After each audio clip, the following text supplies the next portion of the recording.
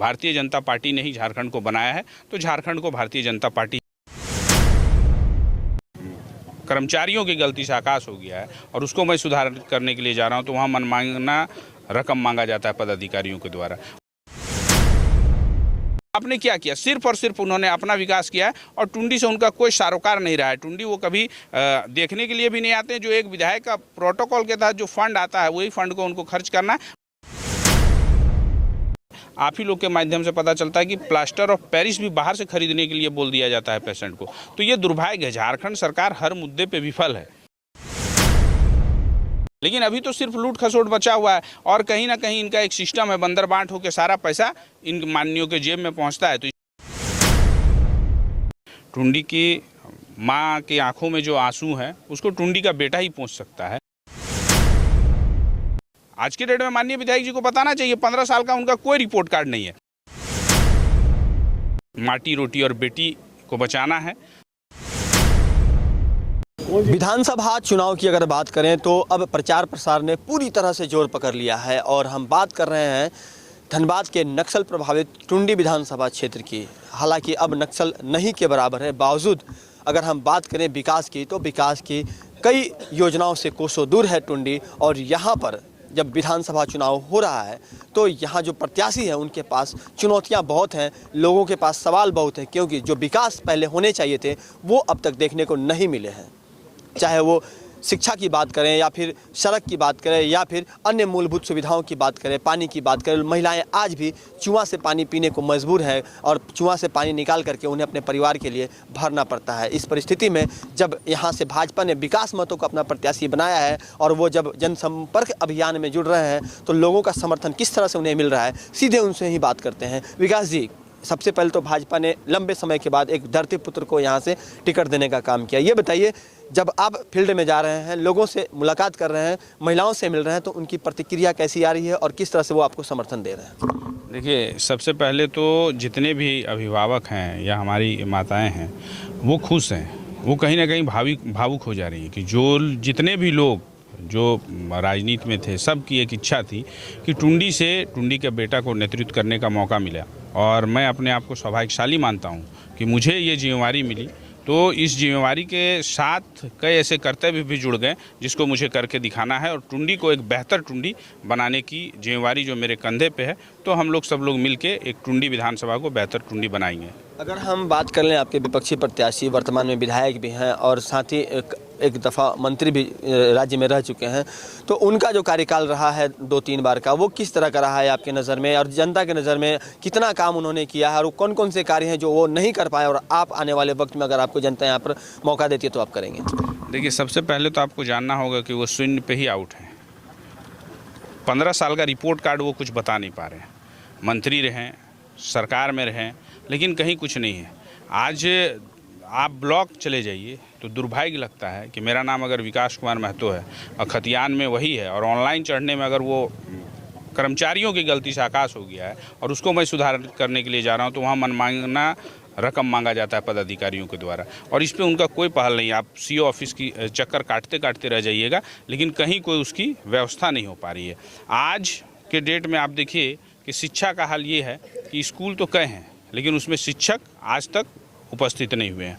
और आप स्वास्थ्य का हाल ले लीजिए तो सिरिंज से लेकर दवा तक सब कुछ बाहर से खरीदना पड़ता है। अस्पतालों में तो चिकित्सक भी नज़र नहीं आते हैं। तो हम लोग कई बार इसके लेके आंदोलन कर चुके हैं। चूँकि मैं अभी वर्तमान में जिला परिषद हूँ, तो जिला परिषद में हम लोग कई बार, यहाँ तो सबसे दुर्भाग्य का बात है कि धनबाद जिले का जो सबसे महत्वपूर्ण अस्पताल है, आप ही लोग के माध्यम से पता चलता है कि प्लास्टर ऑफ पेरिस भी बाहर से खरीदने के लिए बोल दिया जाता है पेशेंट को। तो ये दुर्भाग्य है। झारखंड सरकार हर मुद्दे पर विफल है, चाहे युवाओं को रोजगार का बात हो, चाहे नौकरी की बात है। 5 लाख युवाओं को तो नौकरी मिली नहीं सरकारी। उसके बाद क्या है कि जो उन्होंने बेरोजगारी भत्ता का बात बोला था वो भी नहीं मिली। आज के डेट में जो माताओं को बोला गया था कि 72,000 रुपया साल के देंगे, वो भी नहीं मिला। चुनावी समर में आए तो वो उन्होंने 1-1 हज़ार रुपया मैया सम्मान योजना के तहत दिया, लेकिन जब हम लोगों ने गोगो दीदी योजना लाई, जो एनडीए का, भारतीय जनता पार्टी का ये है कि हर माताओं को हर माह 2100 रुपया करके हम लोग देंगे, तो लास्ट कैबिनेट में आप देखिएगा कि उन्होंने 2500 रुपया किया। तो ये सब सिर्फ जुमलेबाजी चल रही है। आज के डेट में माटी रोटी और बेटी को बचाना है, तो इसके लेकर भारतीय जनता पार्टी, मोदी का भी कार्यक्रम है, वो आ रहे हैं, यहाँ से किस तरह की भागीदारी होगी? देखिए सभी लोग जाएंगे, माननीय प्रधानमंत्री जी आ रहे हैं और प्रधानमंत्री जी को भी टुंडी की जनता आभार व्यक्त कर रही है जिन्होंने टुंडी के बेटा को नेतृत्व करने का मौका दिया। तो हम लोग सब लोग जाएंगे और प्रधानमंत्री जो कहेंगे उनको सुनेंगे, उनको अमल करेंगे और उसको लाकर फिर हम लोग उनके बातों को अपने विधानसभा में रखेंगे। लेकिन कई दफ़ा जब मुथुआ महतो से बात होती तो वो कहते हैं उन्होंने शिक्षा के क्षेत्र में बहुत काम किया है, यहाँ के युवाओं को बाहर भेज करके कई बार उन्होंने माइग्रेट लेबर जो थे उनको उनकी सहायता की है, ये तमाम बातें वो कहते हैं। अच्छा, लेबर माइग्रेट क्यों है?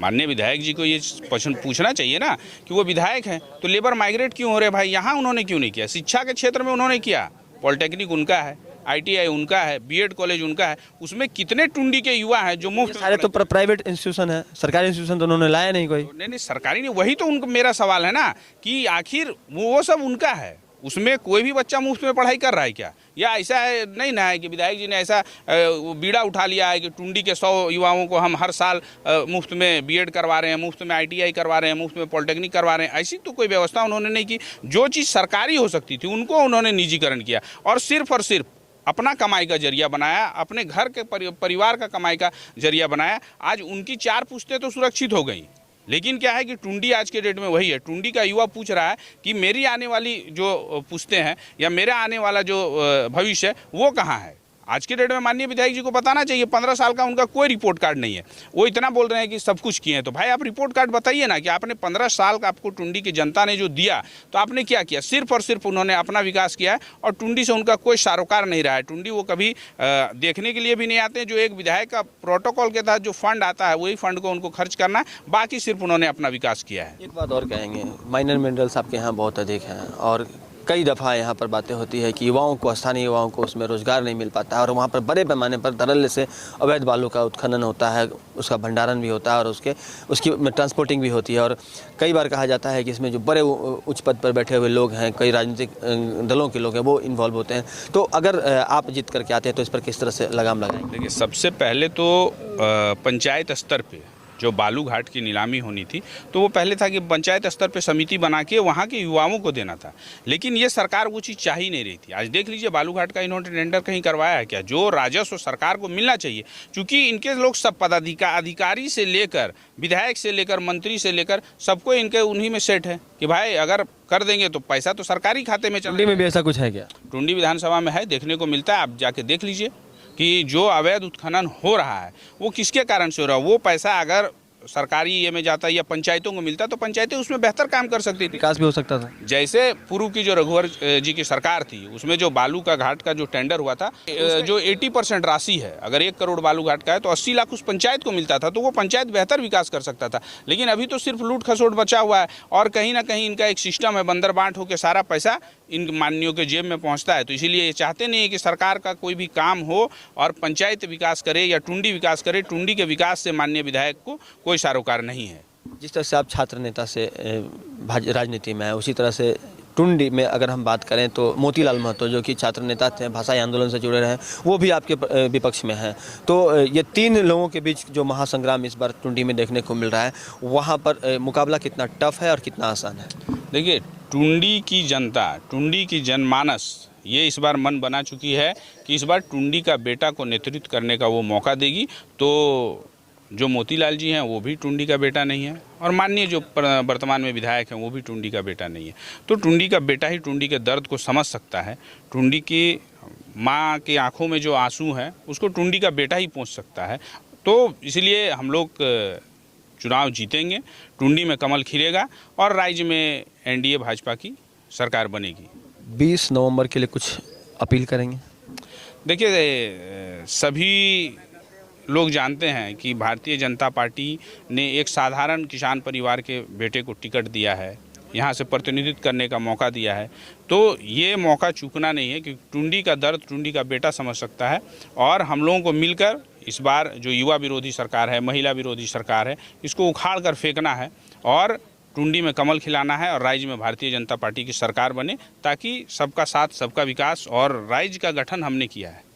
भारतीय जनता पार्टी ने ही झारखंड को बनाया है, तो झारखंड को भारतीय जनता पार्टी ही संवारेगी। यही बातों के साथ सबको जोहार, प्रणाम। बिल्कुल, तो अभी जिस तरह से हमारे साथ विकास महतो बहुत ही उन्होंने बेबाकी के साथ तमाम बातों का जवाब दिया है और सवाल पूछा है। एक युवा का सवाल ऐसा ही होता है कि अगर आप 15 वर्षों तक किसी क्षेत्र का प्रतिनिधित्व करते हैं तो उस क्षेत्र में विकास की जो गाथाएं लिखी जानी चाहिए थी वो क्यों नहीं लिखी गई, क्यों आज का युवा जो है वो बेरोजगार है वहाँ पर, क्यों युवाओं को वहाँ से दूसरे जगह पर नौकरी के लिए जाना पड़ता है, क्यों मजदूरी के लिए उन्हें दूसरे राज्यों में जा कर के मार खानी पड़ती है, वहाँ पर उन्हें बंधक बनना पड़ता है और जब वो गुहार लगाते हैं तब सरकार उन्हें यहाँ पर लाने का काम करती है।